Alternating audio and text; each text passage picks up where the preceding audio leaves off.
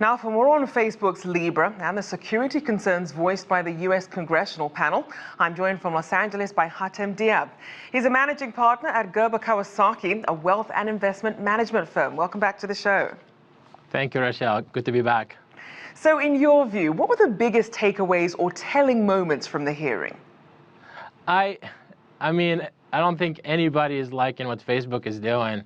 The senators rightfully grilled Marcus today. I think leaders from all over the world actually came out, from France, Germany, the ECB. I think nobody is into what Facebook is trying to do. Frankly, it's the point of sovereign nations to have their own currency. So for Facebook to come in and try to create this currency is quite arrogant, and especially in this time after paying the largest fine for data privacy and mismanaging data. So it's kind of arrogant and really deaf tone. And on top of the controversy, obviously, with the data privacy, when people think of cryptocurrencies, they think Bitcoin, which some people are still trying to shake off some of the negative aspects that come up when people think of cryptocurrency. So how does Libra compare with other digital and cryptocurrencies like Bitcoin or even Chinese firm Tencent's QQ coin? Well, it's very different. And the genius of cryptocurrency or Bitcoin is it's decentralized. So you don't have a central agency or certain person controlling the currency. So you can avoid Federal Reserve or central banks really controlling it. What Facebook is trying to do is it's trying to create a currency that is controlled by a consortium of companies, which is in essence creating their own Federal Reserve. So it's really taken the only thing that I think is great about cryptocurrencies and putting it in the hands of Facebook and its consortium, which is exactly what nobody wants. Now, compared to Tencent's QQ coin, Facebook is actually rather late to the party. So what are some of the lessons that Libra could perhaps learn from the path that QQ coin took?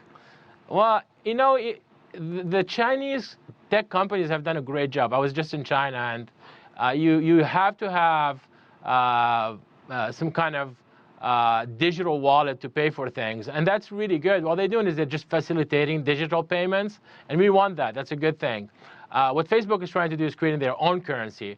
I'm sure if the Chinese tech companies try to create their own currency and use it, if Alibaba came up with their own currencies versus the yuan, I think the Chinese government would not be too accommodating. So I think Facebook should try to help digital payments, but creating their own digital currency is just not a buy right now.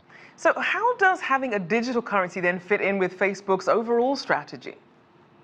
Yeah, I think they can do that. I mean, they can either allow Bitcoin to be transacted on their platforms, or they can create digital wallets, like Apple Pay or any of other ways to pay. But again, it's just the arrogance of the whole thing is really mind-blowing. But what Facebook is trying to do is really trying to think long-term, is diversify their revenues away from just advertising and allow them to really get some additional revenues, and banking and financial transaction is a good way. They think it's a good way for them to do that. So then for traditional banks and these other sorts of payment service companies seeing this unfold, how worried should they be? I don't think they should be worried right now. I don't think anybody is buying what Facebook is doing at this point. I don't think this is going to take off. There is a lot. The fintech space, the digital payment space is doing really well. A lot of companies are doing quite really innovative things. Stripe, Square. So you've seen a lot of innovation in that space. Visa and MasterCard have always led the charge. But I don't think banks can be too worried right now. Maybe long term, maybe there is something to be worried about, but a lot of them are adopting some of the crypto technology, or at least the new technologies coming from the blockchain. Now, we know that Facebook said its intention is to really help the unbanked of the world. So with the growth of these so-called virtual economies, what are the pros and cons, or perhaps the unintended consequences that people should be aware of?